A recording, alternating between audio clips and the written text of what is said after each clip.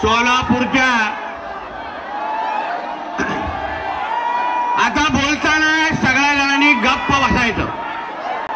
काय गप्प बसलाय की नाही? ऐकलंय की नाही? मारायची की नाही जिहाद्यांची?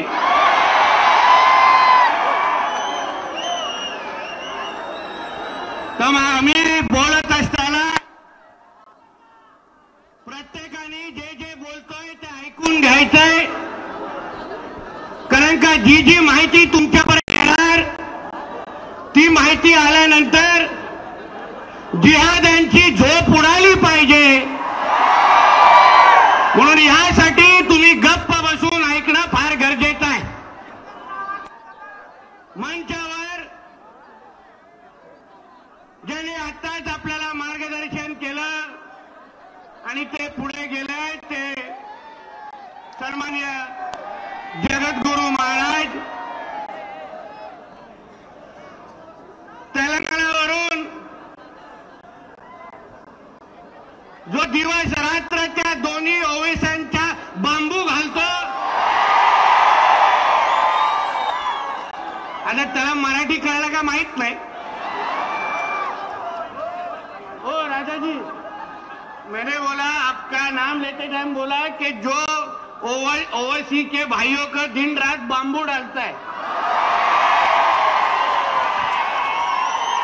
तो माझा तेलंगणावरून आलेला हिंदू भाऊ आमदार टी राजा सिंग, इथे उपस्थित असलेले सन्माननीय आमचे महाराज, उपस्थित असलेले सर्वच माझे हिंदू बंधू भगिनी आणि माझे सर्व तरुण मित्र, आज आपला पत्रकार दिवस आहे आणि मला पत्रकार नेहमी विचारतात की नितेशजी, आपला भारत देश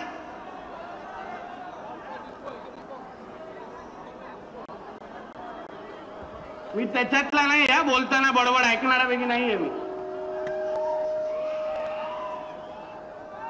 मला विचारतात की नितेशजी, आपला भारत देश हा हिंदू राष्ट्र कधी बनणार? मी बोलतो कधी बनणार? आणि माझा भारत देश हा हिंदू राष्ट्रच आहे आणि माझ्या भारतातलं प्रत्येक इंच जमीन ही सगळ्या आमच्या हिंदूंचीच आहे, बाकी कोणाचीच जाऊ शकत नाही. प्रत्येक इंच या जमिनीवर माझ्या तुमच्यासारख्या हिंदू समाजाचा अधिकार आहे. ज्या देशामध्ये 90% हिंदू राहतात त्याला आपण हिंदू राष्ट्रच म्हणतो. आणि या हिंदू राष्ट्रामध्ये आमच्या कुठल्याही हिंदूला कोणीही अगर वाकड्या नजरेने पाहत असेल तर ती नजर आम्ही जागेवर ठेवत नाही, ठेवायची नाही. एवढं समजून आज तुम्ही इथून जायचंय.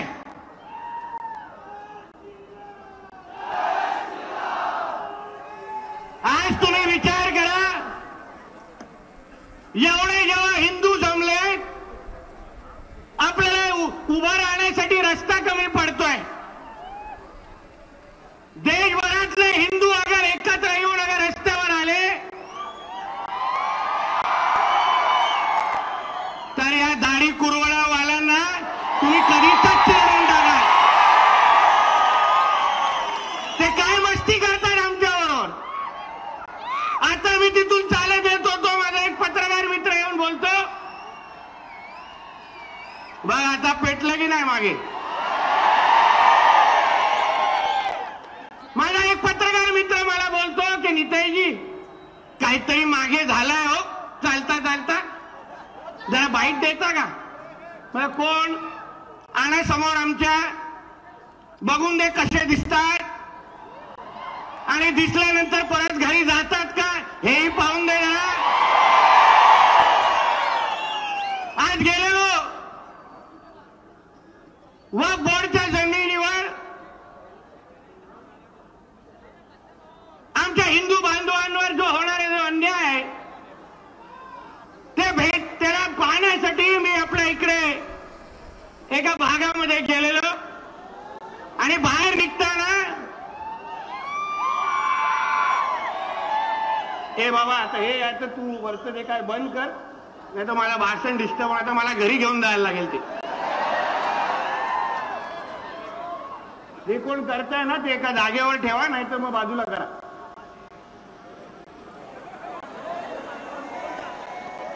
काय करायचंय बंद करायचं ड्रोन ना अजून काय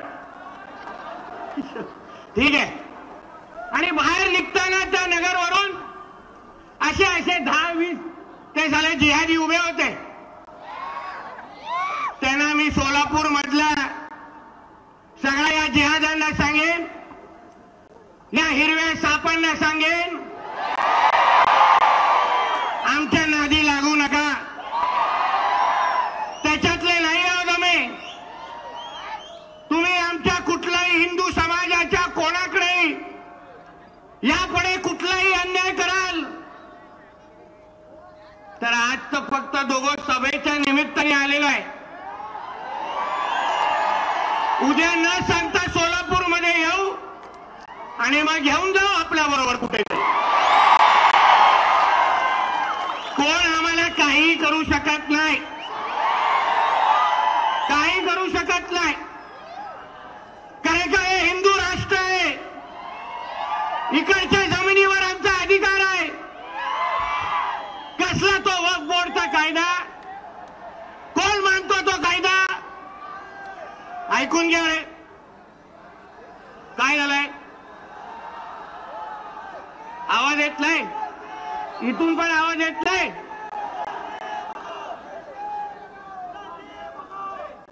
हे थांब रे बाबा मी सांगीन तेव्हा घ्या. कार्यक्रम अटळ आहे पण सांगीन तेव्हा द्या. वक्फ बोर्डचा कायदा म्हणजे काय समजून घ्या तुम्ही. तुम्हाला जे उठसूट सांगितलं जातं कि ये हमारी जमीन है, हमारे जमीन पे आप लोग आके रह रहे हो याबद्दल तुम्ही समजून घ्या, शिकून घ्या. हा कायदा 1995चा आहे. हा वक्फ बोर्डचा कायदा हा फक्त आपल्या देशामध्ये आहे, फक्त आपल्या देशामध्ये. असा कायदा ना कोणा हिंदूंसाठी आहे, ना कुठल्या शीख समाजासाठी आहे, ना कुठल्या ख्रिश्चन समाजासाठी आहे. अहो ते सोडा. अशा वक्फ बोर्डचा कायदा जे देश इस्लाम राष्ट्र म्हणून आम्ही ज्यांना ओळखतो हा असा वक्फ बोर्डचा कायदा त्या पाकिस्तान किंवा इजिप्त या देशांमध्ये पण नाही आहे. म्हणजे ह्यांच्या इस्लाम म्हणणाऱ्या राष्ट्रामध्ये हे लोक वक्फ बोर्डचा कायदा आणत नाहीत. पण ज्या देशामध्ये 90% हिंदू राहतात त्या देशामध्ये अशा पद्धतीचा कायदा आणायचा आणि हिंदूंना तिची लोकसंख्या कमी कशी करायची त्यासाठी हे मोठे षडयंत्र आहे. तुम्ही सगळेजण समजून घ्या. अरे काय चाललंय मागे. अरे स्पीकरचं काहीतरी करायला पाहिजे बाबा. थांब रे बाबा थांब. कळले इथे बत्ती वाजली इथे दिसतेय तुझी. मागच्या स्पीकरचा बघा काय झालंय.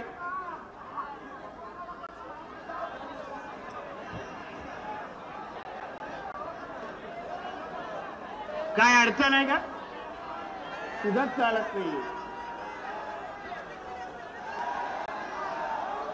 अरे आवाज येत नाही का.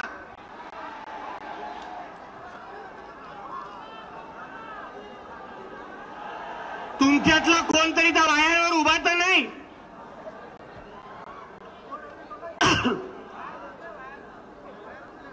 तुटले काय करायचं सुरू ठेवायचं. अरे नंतर व्हिडिओ बघा ना काय विषय नाही. सगळे काय फिरणार आमचे व्हिडिओ काय चिंता करू नका. मग हा वक्फ बोर्डचा कायदा हा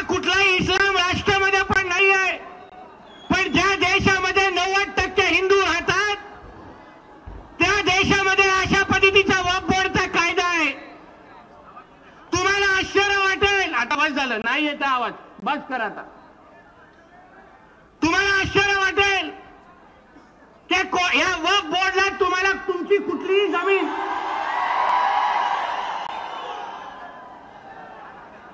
आला काय रे बाबा, ठोकायचा ना अजून. हा वक्फ बोर्डचा कायदा, या वक्फ बोर्ड मध्ये एकही हिंदूला हे लोकांनी घेतलेला नाहीये. सगळे त्यांच्या धर्माचे लोक आहेत. म्हणजे हे लोकांना कुठलीही आपली जमीन घ्यायची असेल तर तुम्हा लोकांना विचारणार पण नाही. डायरेक्ट तुम्हाला अतिक्रमण म्हणून तुम्हाला जाहीर करून टाकणार आणि मग त्यांचे अधिकारी येणार आणि सांगणार की तुम हमारे जमीन पे रह रहे हो. अरे काय चाललंय आपण इथे, कुठे घालताय ती, म्हणजे कुठे वायर कुठे जोडताय, प्रश्न विचारणं पण अवघड झालं आता. म्हणजे हा कायदा, जसा आमच्या महाराजांनी पण उल्लेख केला की आपल्या देशामध्ये, भारत देशामध्ये समजून घ्या शांत पद्धतीने, तुम्हाला जो कायदा रद्द करून हवाय, अहो तो कायदा नेमकं काय आहे ते तरी समजून घ्या. नाहीतर आम्ही बोलतोय उडी मारा म्हणून उडी मारू नका. आपल्यामध्ये आणि त्यांच्यामध्ये फरक आहे. आपल्या देशामध्ये जेवढी जमीन रेल्वे खात्याची नाही आहे, जेवढी जमीन डिफेन्सची नाही आहे, तेवढीच जमीन या वक्फ बोर्डनी आपल्या देशामध्ये घेऊन ठेवली आहे. म्हणजे आपल्या भारत देशामध्ये, तुमच्या आणि आमच्या हिंदू राष्ट्रामध्ये सर्वात जास्त जमीन कोणाची, तिसऱ्या क्रमांकाची जमीन कोणाची असेल तर ती वक्फ बोर्डची आहे. आणि हे जमीन घेताना तुम्हाला विचारणार नाही आणि तुमची बळकावताना तुम्हाला विचारणार नाही. म्हणून या विरुद्ध तुम्ही सगळेजण फक्त एक लक्षात घ्या, जिथे जिथे तुमची जमीन वक्फ बोर्ड म्हणून ते लोक मागायला येतील किंवा घ्यायला येतील, अगर हिंदू समाज म्हणून तुम्ही तेव्हा तेव्हा आवाज उचललात, त्यांच्या विरुद्ध उभा राहिलात, तर मी तुम्हाला विश्वास देतो, महाराष्ट्र सरकार आणि केंद्र सरकार हे पूर्ण पद्धतीने तुमच्या मागे उभा आहे. तुम्हाला काही होणार नाही, काही होणार नाही. आपल्या देशामध्ये आणि राज्यामध्ये हिंदुत्वादी विचाराचं सरकार आहे. आपल्या राज्याचे मुख्यमंत्री हे कडवट हिंदुत्वादी आहेत. बाळासाहेब ठाकरे साहेबांच्या तालमीमध्ये तयार झालेला शिवसैनिक आहे. अंगावर आले तर शिंगावर घेतात, ही बाळासाहेबांची शिकवण आहे. आपले उपमुख्यमंत्री आदरणीय देवेंद्र फडणवीस साहेब हे गृहमंत्री आहेत आणि एक कडवट हिंदुत्वादी आहेत, एक लक्षात ठेवा. आज सकाळी पावनगडला कसा कार्यक्रम झाला बघितला ना. हे लोकांची झोप उघडेपर्यंत साफ करून टाकला मदरसा तिकडून. फक्त तुमची साथ हवी आहे. तुम्ही जागृत राहायला पाहिजेत. तुम्हाला पेटवण्यासाठी, तुम्हाला जागवण्यासाठी, तुम्हाला उठ म्हणून बोलण्यासाठी नेहमी या राजा सिंगजींना आणि नितेश राणेला यायची गरज भासली नाही पाहिजे.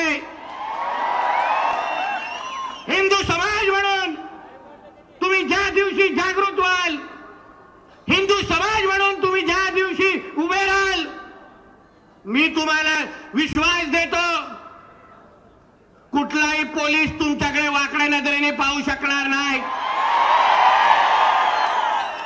बसले देवेंद्र फडणवीस साहेब तिकडे.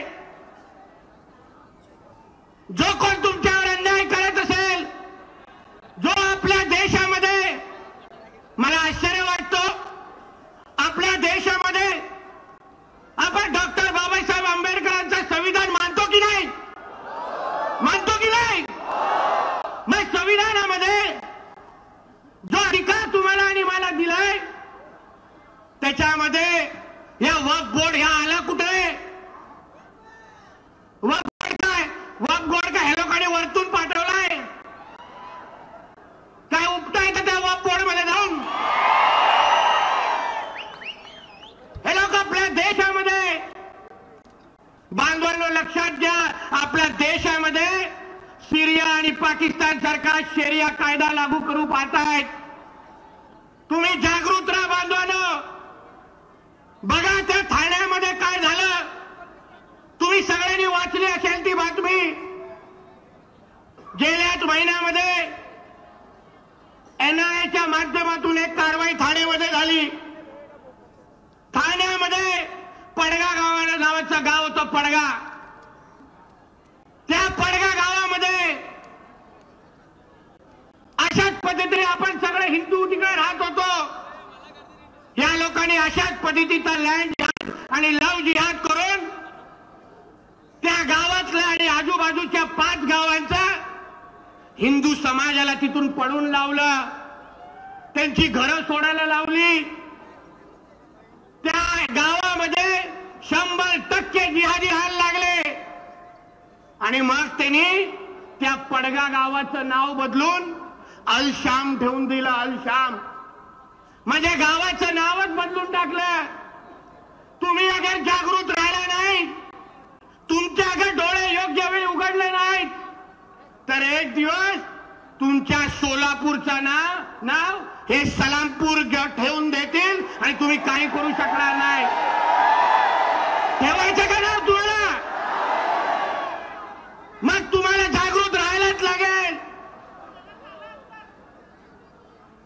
जिथं जिथं अतिक्रमण होत असेल तिथे तिथं नजर ठेवायलाच लागेल. आज सकाळपासून विविध लोकांना भेटतोय, सोलापूरमध्ये फिरतोय. एक गोष्ट मला नक्की कळली आहे की उद्या आता मुंबईला गेल्यानंतर 2 कार्यक्रम माझ्या हाताने वाटणार आहेत. एक तर तुमच्या या महापालिका आयुक्ताचा आणि प्रशासनाचा, तो याला सरकारचा नोकर आहे का या जिहाद्यांचा नोकर आहे हे मला अजून कळलेलं नाही. सरकारचा पगार घेतोय. देशामध्ये असलेल्या कोर्टांनी, सुप्रीम कोर्ट आणि हायकोर्टांनी निकाल दिले आहेत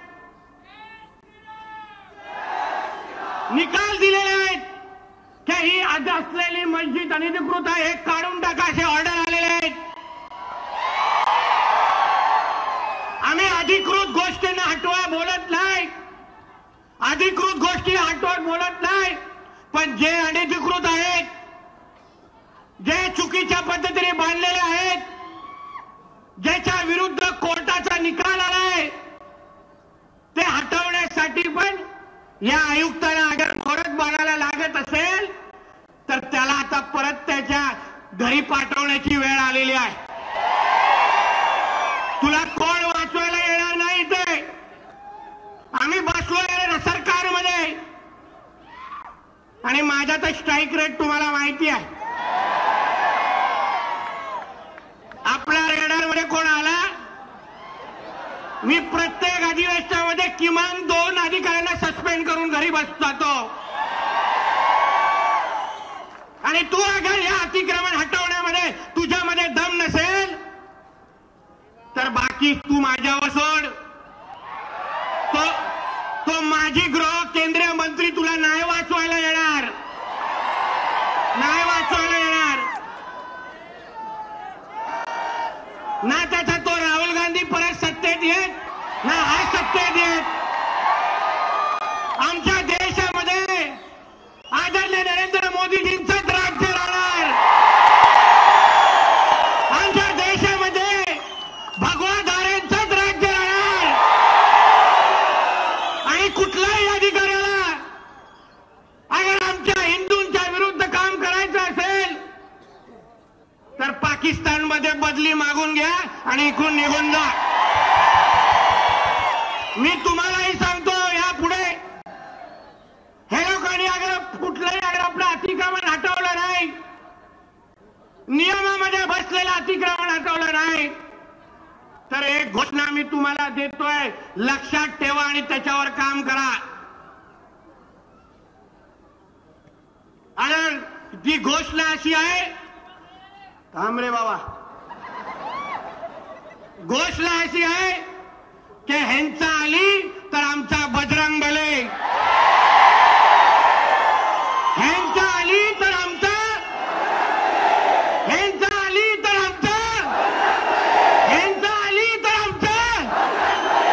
यापुढे कुठेही अगर अतिक्रमण हे लोकांनी हटवलं नाही तर त्याच्या पुढच्या हाकेच्या अंतरावर बजरंगबलीची मूर्ती बसवायची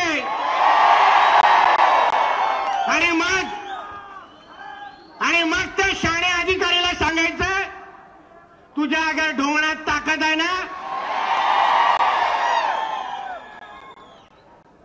तुला अगर पहिला आमच्या हनुमानाला हात लावायचा आहे ना, आमच्या बजरंगबलीला हात लावायचा आहे ना, तर पहिले ती असलेले ते अतिक्रमण मस्जिद तोड आणि मग आमच्या देवाकडे वाग. सोलापूर तुम्ही करणार की नाही? त्यांच्या आली आणि आमचा कोण? त्यांच्या आली आणि आमचा कोण? यापुढे ऐकायचं नाही. आम्ही काय वेगळं मागत नाही.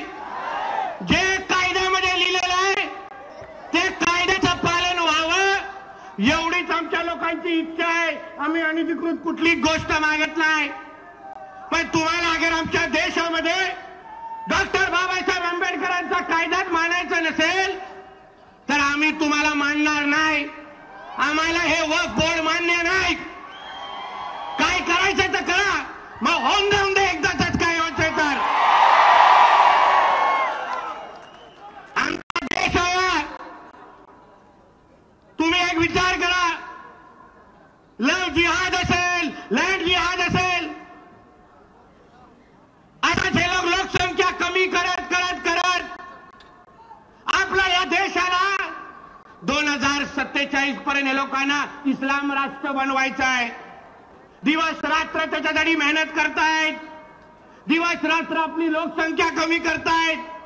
त्या लव जिहादच्या निमित्ताने आमच्या हिंदू बहिणींवर वाकड्या नजरेने बघण्याची या साल्यांची हिंमत.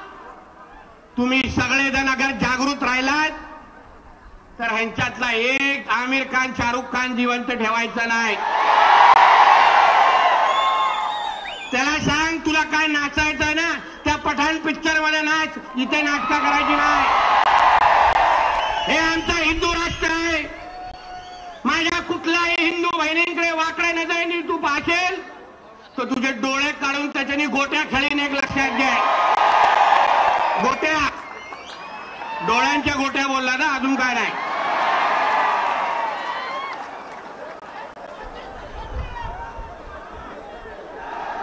म्हणून बांधवांनो, एक लक्षात घ्या तुम्ही, आज जे जे काही चाललंय ना ते जरा आजूबाजू बघा. कुठल्या पद्धतीने आपल्याला कमी करण्याचा षडयंत्र आहे. कसा आपला राम, प्रभू रामश्रीवर तो झाला कोण रे, तो साला मुमराचा जितोद्दीन साला स्टेटमेंट देऊन एवढं संरक्षण घेऊन फिरतो रे बाबा. एवढं तुला हिंमत आहे ना विचारण्याची का राम काय खातो? सोड ना तुझं संरक्षण. मग कोण कोणाची मग हड्डी चावतो मग बघ काय तो आहे. आणि तो आहे ना, तो हिरवा आबू आदमी वळवळतो झाला. त्याची काय लायकी दाखवली माहिती आहे ना विधानसभेमध्ये. या लोकांना मी तुम्हाला बोलतो, आपलं दुर्दैव आहे, खरंच आपलं दुर्दैव आहे. कधीही कुठल्याही या जितोद्दीनला मी सांगेन, तुझ्यामध्ये हिंमत आहे ना खरी, तुला मोठं भाषण द्यायचंय आणि मोठं व्याख्यान सांगायचंय तर सांग ना जरा. तू प्रभू राम बद्दल बोलतात ना, हे खाल्लं ते घालतात, तुझ्या ढुंगळ्यामध्ये खरंच अगर हिंमत असेल तर सांग कुराण मध्ये असं असं लिहिलंय? हा हिंमत तुझ्यामध्ये? जे काय प्रयोग करायचे ते आमच्या हिंदू देवी देवतांवर करताय, जे काय वक्तव्य द्यायचे ते आमच्या हिंदू देवी देवतांवर द्यायचे, आणि मोठा नंतर सांगायचं काय नाही माझ्याकडे पुरावे आहेत. आम्ही नाही मागितले बाबा तुझ्या आई वडिलांकडे पुरावे. तू अगर आमच्या देवी देवतांकडे ते पुरावे देत असतील ना, मग आम्हाला पण वेगळे पुरावे मागायला लागतील. पण तुम्ही या गोष्टी लक्षात ठेवा, आजूबाजूला काय चाललंय. तुम्ही अगर जागृत राहिला नाही, तो एका बाजूला सनातन धर्माला आव्हान देण्याचं काम चाललंय. आपण अगर जागृत म्हणून अगर हिंदू म्हणून जगलो नाही, तर हे लोक आपल्या धर्माला आव्हान देण्यासाठी तयार होत आहेत. 2024 या वर्षामध्ये तुम्ही अगर हिंदू म्हणून अगर जगलात नाही, उठलात नाहीत आणि पेटलात नाहीत, तर हे लोक आपल्या उद्या धर्माला आव्हान देतील आणि बोलतील कि हमको ये देश को इस्लाम राष्ट्र बनाना है, यहाँ हिंदुओं की कोई जगह नहीं. म्हणून या सगळ्या गोष्टी तुम्ही आवर्जून लक्षात ठेवा. यापुढे वक्फ बोर्ड सारखा फालतू कायदा आपल्याला आपल्या देशामध्ये बरखास्त करायचा आहे, अशा पद्धतीची मागणी लावून धरायची. आपल्याला कुठलाही आपल्या हिंदूवर अगर कोणी वाकड्या नजरेने कोणी पाहिलं तर आम्हाला विचारत बसू नका, ठरलेला कार्यक्रम करून टाका आणि मग झाल्यानंतर एक फोन मला करा, सुखरूप घरी पोहोचवण्याची जबाबदारी माझी असेल. हा व्हिडिओ पाहिजे तर सेव्ह करून ठेवा फोनमध्ये आणि पोलिसांना दाखवा की साहेब हे आता तुम्ही आम्हाला हे काय उद्धव ठाकरेचं सरकार नाहीये, हे त्या बेबी पेंग्विनचं सरकार नाहीये, हे त्या दाढी कुरवडवाल्यांचं सरकार नाहीये. इथे अगर तुम्ही आमच्या हिंदूंना वाकड्या नजरेने बघाल तर कोणीही इथे स्वस्थ बसणार नाही, असा इशारा माझ्यातर्फे देऊन टाका. चला तुम्हाला पूर्ण सूट आहे. म्हणून जाता जाता आता अर्धी मॅच आपण जिंकले, दुसऱ्या मॅच आपण ह्याला देऊन टाकू, बरोबर आहे. आणि आपला भाऊ असा आहे की प्रत्येक बॉलवर सिक्सर मारतो. म्हणून यापुढे जे बोललोय ते लक्षात ठेवा. राहणार की नाही तुमचा आली आणि आमचा, त्या पद्धतीने पुढे चालायचं. जिथे जिथे अन्याय होत असायचं तिथे पेटायचं. एवढं निश्चय करा, घरी जावा आणि अभिमानाने आणि गर्वाने बोला, गर्व से कहो हम हिंदू है. धन्यवाद. जय हिंद, जय महाराष्ट्र आणि जय श्रीराम. एबीपी माझा, उघडा डोळे बघा नीट.